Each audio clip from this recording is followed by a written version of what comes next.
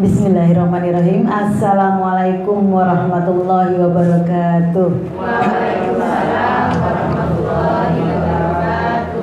Alhamdulillahilladzi anzala sakinah liyazdadu imanan ma'a imanihim. Asyhadu an la ilaha illallah wahdahu la syarikalah wa asyhadu anna Muhammadan abduhu wa rasuluhu la nabiyya ba'da. Allahumma sholli ala Muhammad wa ala ali Muhammad kama sholaita ala Ibrahim wa ala ali Ibrahim fil alamina innaka Hamidum Majid. Ibu-ibu, bapak-bapak yang berbahagia pada pagi hari ini, sebelumnya saya ingin perkenalkan diri karena saya baru sekali ini ceramah di SD Rojo Winangun 1 ya. Padahal sesungguhnya kita bertetangga. Karena saya tinggal di Kota Gede di Pelangi Foto Studio. Ada yang tahu? Oh, semua tahu ya. Alhamdulillah saya bisa berkesempatan hadir di sini. Terima kasih kepada Bapak Sekolah, Bapak Komite, dan ibu-ibu semua yang telah mengundang saya di sini. Yang saya heran setiap pengajian itu kenapa lebih banyak ibu-ibu ya? Apa ibu-ibu terus yang harus dicas imannya? Tapi kalau hari ini saya maklum karena sekarang hari Rabu yang bapak-bapaknya mestinya kerja ya, mesti kerja. Tapi mungkin bisa jadi bahan renungan kalau mengadakan mungkin hari libur sehingga bapak-bapaknya juga kesini. Karena sesungguhnya sekarang ini doktrinnya atau kebiasaannya ibu-ibulah yang bertanggung jawab di rumah, betul ya, untuk pendidikan anak-anak. Sehingga ada sebuah hadis mengatakan al-ummu madrasatul ula. Ibu itu adalah guru pertama bagi anak-anaknya. Maka tidak salah kalau ibu-ibu itu selalu mencari ilmu di majelis taklim, membaca, dan kalau pagi habis subuh dengerin ceramah gitu ya Bu ya. Karena ibu menyadari sebagai guru bagi anak-anak maka harus terus mencari ilmu. Nah, ini yang selalu ditekankan oleh setiap keluarga. Kalau ada anaknya nakal, ibunya kemana gitu. Ibunya ngapain aja. Saya bahkan punya adik gitu, di mana suaminya izin terus dari sekolah. Pak, saya izin anak saya jatuh, gitu. Anak saya jatuh, anak yang pertama. Saya izin mau ke rumah sakit, diizinkan sama kerjaannya.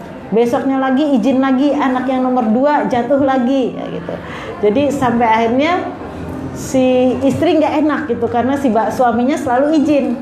Akhirnya istrinya bilang gini, Pak, mungkin direkturmu bilang gini ya, ibunya kemana aja gitu. Ibunya kemana aja kok itu anak selalu jatuh, selalu kecelakaan, selalu ada-ada aja. Tapi si bapak nyindirnya bukan begitu. Direktur saya mungkin berpikirnya bukan ibunya kemana aja, tapi punya ibu nggak sih nih anak? Saya betapa tanggung jawab seorang ibu itu di rumah, sehingga bapak lupa kalau ibu itu guru pertama bagi anaknya, maka bapak adalah kepala sekolahnya, gitu loh, yang paling bertanggung jawab untuk semua keberhasilan anak dan istrinya.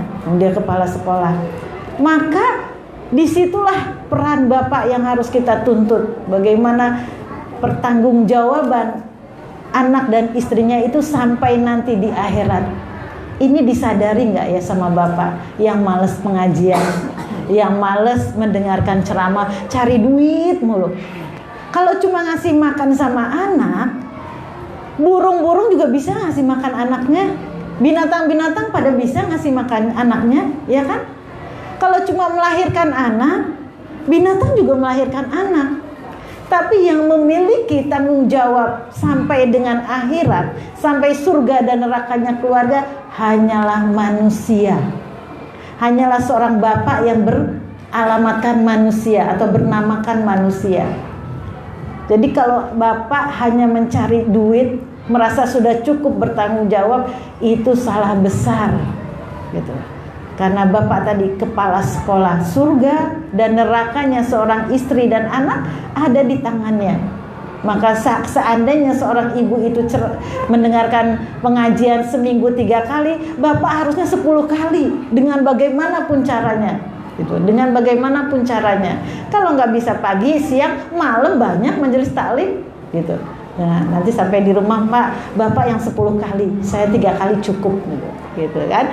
Karena dalam Al-Quran kan ar-rijalu qawwamuna 'alan nisa. Jadi memang seorang bapak itu memang harus lebih dibanding seorang ibu karena dia ditinggikan derajatnya. Nah, apa yang harus dilakukan oleh seorang bapak untuk bisa mencukupi kebutuhan atau pertanggungjawaban terhadap anak istrinya? Maka saya berulang-ulang selalu mengatakan kalau subuh itu gitu. Kalau subuh ini kebetulan anaknya masih kecil-kecil kayaknya ya, masih ibu-ibu muda ya. Kalau saya seorang nenek yang punya cucu 4. Jadi udah bergeser, tugas saya bukan lagi mengurus anak tapi mengurus cucu. Itu pun nggak diurusin banget karena sudah ada orang tuanya. Cuma pas seneng-seneng aja gitu. Pas senang, pas gendong, pas dia nggak rewel itu saya ngurusin. Tapi kalau pas rewel, pas ganti popoknya itu urusan anak gitu. Karena seorang ibu itu harus dimuliakan, bukan dijadiin pembantu. Nah, seorang bapak bagaimana pertanggungjawaban ini sebagai bisikan nanti sampai di rumah, bisikin bapaknya ya, bisikin Pak tadi ceramahnya seperti ini loh. Gitu. Kalau subuh itu jadiin seperti ada keributan. Gitu. Sebelum subuh itu udah ada keributan di mana seorang bapak harus bangunin anak-anaknya semua. Biasanya ibu, saya bisa aja bangunin anak saya, tapi saya selalu pesan sama bapak, Mas, ini tanggung jawabmu yang akan ditanya nanti di akhirat. Maka beliau yang membangunkan anak-anaknya gitu.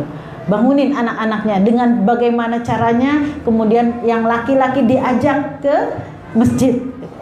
Ibu-ibunya juga ikut ribut, mandiin tuh anak-anaknya, mandiin supaya seger ketika gelisah. Dia bilang sama temennya, saya gelisah.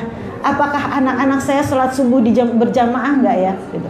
Jadi seorang bapak yang takut akan pertanggungjawaban itu, dia ketika dia meninggalkan rumah itu dia gelisah.